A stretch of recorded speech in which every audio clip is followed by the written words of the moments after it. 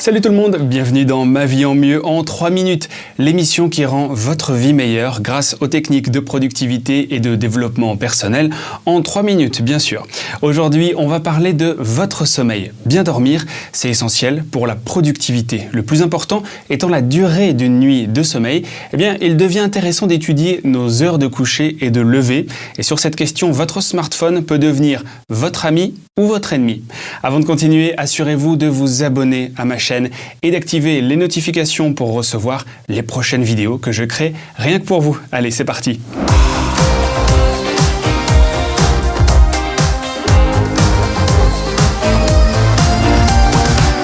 Aujourd'hui, on le ressent tous, notre téléphone nous veut du mal.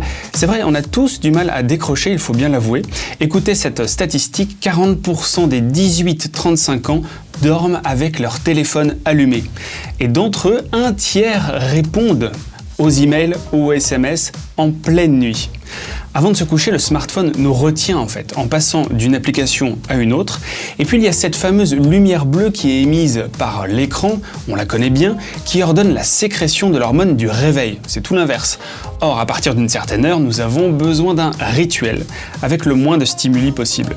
Et ce rituel, c'est un signal que notre cerveau va utiliser pour vous préparer au sommeil.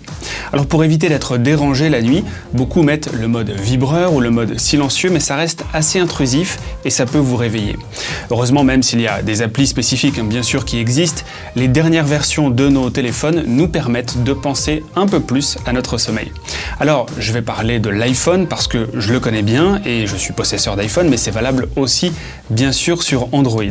Avant le coucher, utilisez votre téléphone uniquement si vous en avez vraiment besoin, pas en mode réflexe. Activez la fonction Night Shift aussi qui réduit cette lumière bleue en réchauffant les couleurs de l'écran. D'ailleurs, ça existe aussi sur PC et sur Mac. Vous pouvez la programmer, cette fonction, automatiquement du coucher au lever du soleil, ça c'est pas mal. Pour ne pas vous perturber pendant la nuit, le mieux c'est tout simplement de l'éteindre. Alors on se sent perdu sans notre smartphone, ça c'est bien vrai, quand il est éteint c'est la même chose, je l'avoue moi aussi. Vous pouvez essayer simplement le mode avion. Et en même temps, vous désactiverez aussi les fameuses ondes dont les effets sont encore assez incertains sur nous. Pour éviter les dizaines de notifications qui vont vous solliciter dès le saut du lit quand vous rallumerez votre téléphone, je vous recommande d'enlever le mode avion, mais seulement lorsque vous êtes prêt à attaquer la journée. Par exemple, après votre petit déjeuner. Alors est-ce que vous avez testé la fonction sommeil de l'application Horloge? C'est a priori très simpliste, vous entrez votre heure de coucher, de réveil, et ça vous indique combien de temps vous allez dormir, des statistiques qui sont ensuite disponibles dans l'application Santé. En fait, j'y vois deux fonctions très pratiques. Premièrement, une fois paramétrée, l'application vous envoie une notification le lendemain pour que vous pensiez aller vous coucher, mais 30 minutes avant cette heure de coucher. Ça enclenche le fameux rituel dont on parlait tout à l'heure et ça évite les « Ah, il est déjà 23h » quand on est devant la télé.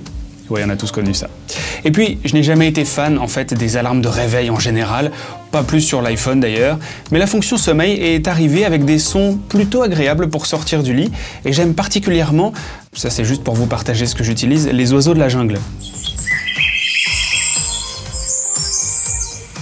Enfin, pour aller plus loin, les puristes choisiront de ne pas laisser entrer le téléphone dans leur pièce de sommeil, mais plutôt de définir un endroit exclusif pour le poser à la maison et éviter des intrusions dans notre vie. Après tout, c'est un endroit où l'on passe un tiers de notre vie et il mérite peut-être ce côté sacré, non? Je vous invite à retrouver le sujet complet sur le blog et le podcast Ma vie en mieux.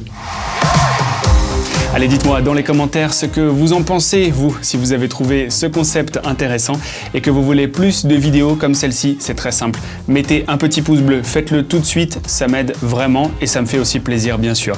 Abonnez-vous, activez les notifications et Ma vie en mieux, vous le savez, c'est un blog, un podcast et du coaching, productivité, développement personnel à retrouver sur williaman.com.